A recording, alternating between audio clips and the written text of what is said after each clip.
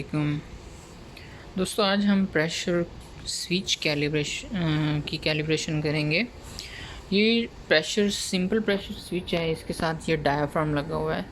ये चीज़ पहले जान लीजिए कि ये जो डायाफ्राम है ये ऐसे स्विच के साथ लगाया जाता है जिसकी प्रेशर वैल्यू या प्रेशर रेंज बहुत कम हो, mmH2O में हो या मिलीबार में हो या पास्कल में हो। ठीक है, ये छोटे यूनिट्स हैं। तो उन ऐसे स्विचेस के लिए आपके साथ ये डायाफ्राम आता है। और ऐसे स्विचेस जिनके साथ ये डायाफ्राम नहीं होता, डायरेक्ट ये इस तरह से सीधी ट्यूब होती है, वो आपके स्विचेस जो होते हैं वो उनकी रेंज मतलब 1 बार से अबव होती है, 1 बार 2 बार 3 बार। ठीक है, इस तरह या इससे ज़्यादा।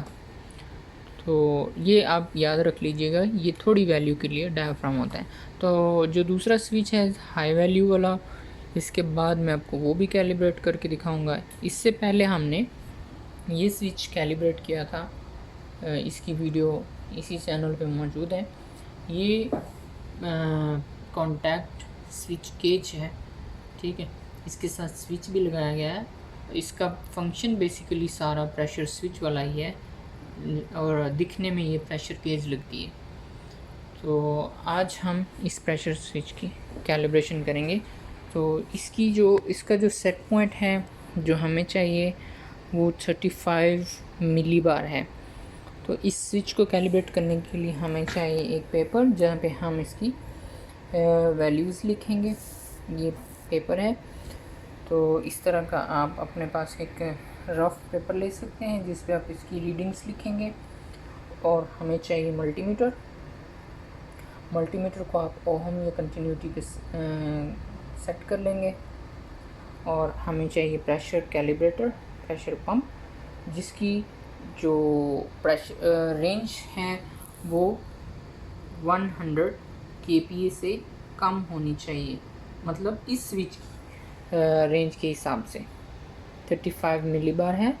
तो 35 मिलीबार को कैलिब्रेट करने के लिए हमें जो स्टैंडर्ड गेज है हमारी वो भी कम वैल्यू में ही चाहिए, 100 kPa, यानी कि तकरीबन 1 बार और 1000 मिलीबार से नीचे ही हमें स्टैंडर्ड प्रेशर कैलिब्रेटर यानी हमें पंप चाहिए। ठीक है, उसके अलावा हमें टूल्स चाहिए। तो चलिए हम इसकी कैलिब्रेशन स्टार्ट करते हैं। तो ये इसका कवर मैंने ऑलरेडी खोला हुआ है। इसके अंदर हमें जो मिलेंगे इसके दो कॉन्टैक्ट स्विचेस, ये स्विच ए है, ये स्विच बी है। ठीक है, दोनों का फंक्शन सेम है। मुझे एक चाहिए और साइड पे भी एक ही यूज़ होना है, इसीलिए मैं एक को ही कैलिब्रेट करूँगा, दूसरे का भी प्रोसीजर सेम है। तो ये इसका एडजस्टेबल नट है, इससे प्रेशर कम या ज़्यादा होगा। ठीक है, और ये इसका जो है नॉर्मली ओपन पॉइंट है, ये इसका नॉर्मली क्लोज पॉइंट है, और ये इसका कॉमन पॉइंट है।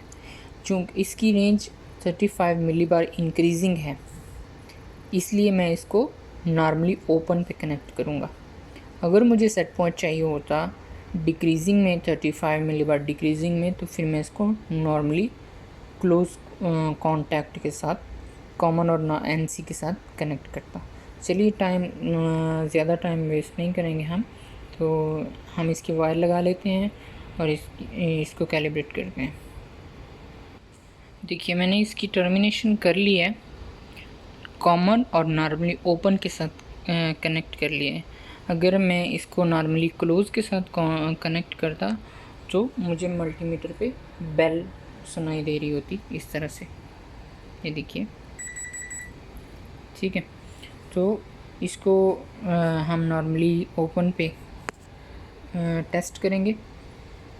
अब हम इसका पंप कनेक्ट कर लेते हैं और प्रेशर अप्लाई करते हैं। प्रेशर होज कनेक्ट हो गया और अब हम यहाँ पे इसकी रीडिंग लेंगे कि पहले से क्या हमें फाउंड होगी, जो हम वो हमें एज फाउंड पे लिख लेंगे। जो ऑलरेडी इस पर पहले सेट है, हम अपनी इंफॉर्मेशन के लिए, उसके बाद हमें जो चाहिए होगी वो हम यहाँ पे एडजस्ट करके स्विच को एडजस्ट करने के बाद लिख लेंगे। ठीक है, तो देखिए अब हम अब चेक करते हैं कि पहले कौन सी वैल्यू पे ये सेट है।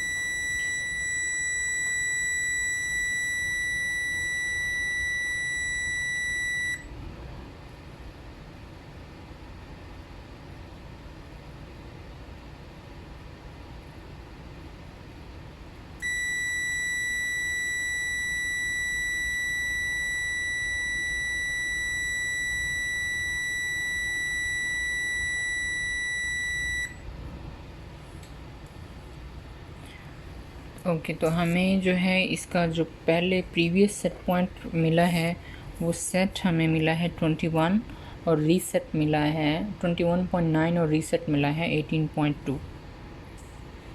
पहले हमें ये मिला है, अब हम इसको एडजस्ट करेंगे।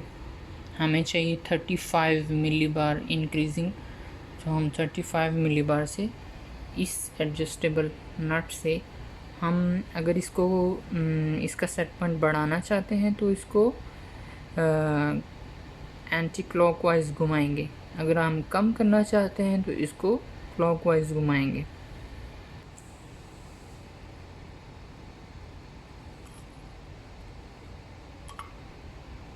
मुझे बढ़ाना है तो इसको मैं थोड़ा एंटी क्लॉकवाइज घुमा दूंगा।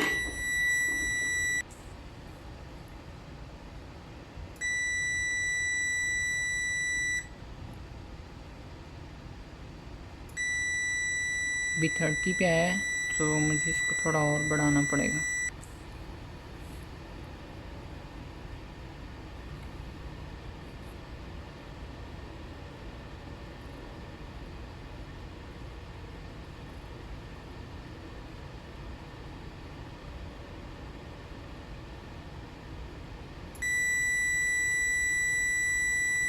$35.1।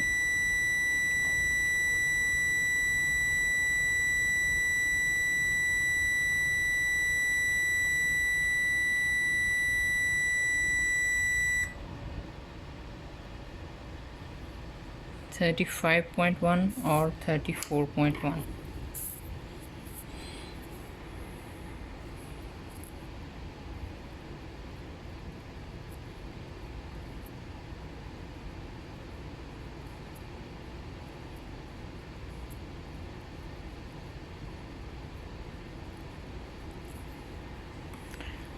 तो बस सिर्फ इतना सा काम है इसको स्विच को कैलिब्रेट करने वाला। ये हमने इसका इंक्रीजिंग पॉइंट सेट किया है, एडजस्ट किया है। तो अगर डिक्रीजिंग करना है तो आपको सिर्फ ये करना है कि ये जो वायर है ये चेंज करके, जो ये वाली वायर है मैंने नॉर्मली ओपन पे लगाई है, यहाँ से उतार के नॉर्मली क्लोज पे लगा देनी है और इसको रिवर्स प्रेशर देना है, तो आपका जो है वो डिक्रीजिंग पे एडजस्ट होगा। तो ये इस तरह से आपने 3 बार चेक करके रीडिंग्स लिख लेनी है। ठीक है, तो ताकि आपको कंफर्म हो जाए कि आपका स्विच बिल्कुल ठीक काम कर रहा है। तो अब ये रीडिंग्स लिखने के बाद इसकी आप कंप्यूटर पे परमानेंट रिपोर्ट बना के आप QC को टेस्ट करवा सकते हैं। आज की वीडियो में कुछ मुझसे मिस हो गया हो या आपके दिमाग में कोई सवाल पैदा हो रहा हो तो आप मुझे कमेंट्स में पूछ सकते हैं। इसके अलावा अगर मुझसे कुछ मिस्टेक हो गई हो तो आप वो भी मुझे बता के मेरी हौसला अफजाई कर सकते हैं।